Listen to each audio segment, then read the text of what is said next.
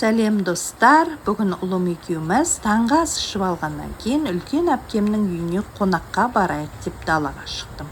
Содан аялдамада отырғанда әпкеме звондамайын ба? Сөйтсем, ол үйінде емес екен. Қызы көшіп жатыр, соған көмектесіп жатырмын дейді. Ал енді қайттық.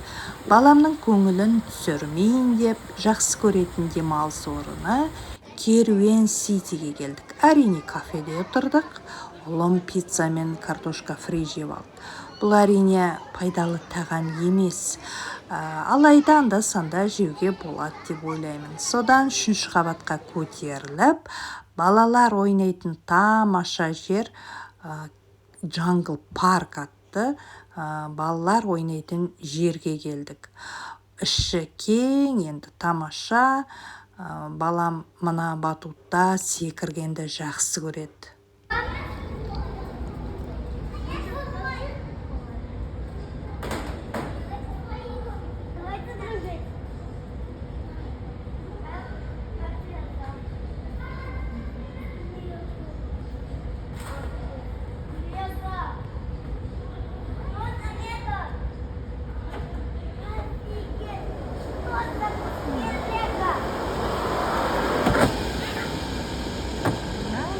Үшінші қабаттағы Джангл парктен шығып, эскалатор арқылы түскен бетте 2-ші қабатта мынадай тәттілер сататын дүкеннің есігі айқара ашылып тұрады. Бала оған қалай кірмейді? Әрине кіреді, қалағанын таңдайды. Аз да болса алып берем, өйткені бұл компьютер өте қымбат, қателеспесем, келісі 9000 теңге.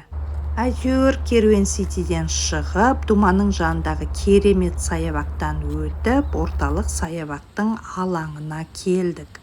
Бұл жерде не деген ығы-жығы адам десем, сөйтсем, бүгін өзбек жәрмеңкесі өтіп жатыр екен. Әттең біз ертерек келіп қалыппыз. Неге? Өйткені мына палауға қызығып алайын деп едім. Тек бірер сағаттан кейін ғана дайын болады, сонда ғана сатылымға береміз деді.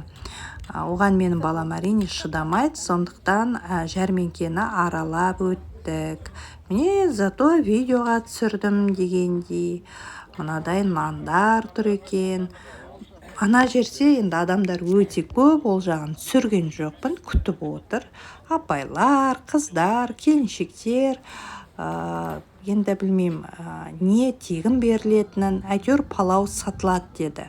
Ал мына жеміс-жидектер мүмкін тегін берілетін шығар. Ол жағын енді мен білмедім. Адамдар жапырлады ма, таласты ма, ол жағын енді мен білмедім. Өйткені біз сыпайы түрде аралап өтіп үй жаққа бет алдық. Тек балама өзбек тақиясын алып бердім. Мына жерде концерт болатын сияқты, мүмкін болғанда шығар. Балам шаршағандықтан біз үйге кетуге мәжбүр болдық.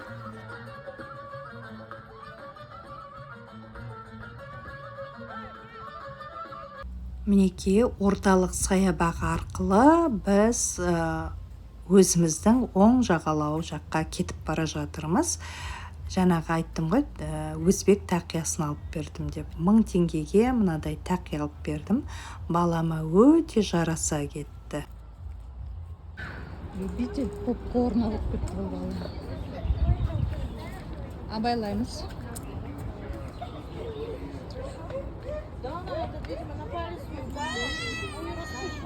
Осторожно. Осындай бала. Жеңіл атлетика бойынша чемпион болады шығар демосы бала.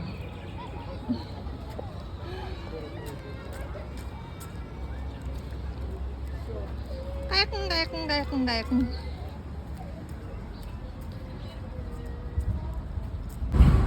Мынадай тура жолмен, ашық жолмен жүрген біз үшін қызықсыз, ішіміз пысады. Біз былай ғана жүреміз бекесіне. С препятствиями.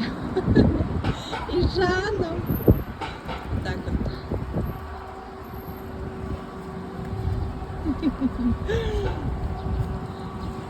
Этот путь слишком скучен для него. Құлын.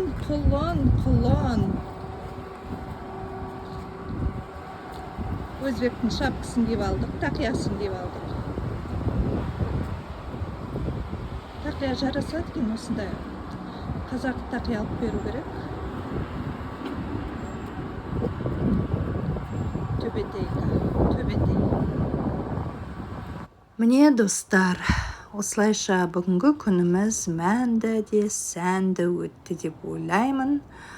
Сіздер видеомды соңына дейін қарасаңыздар, сіздерге алғысымды білдіремін.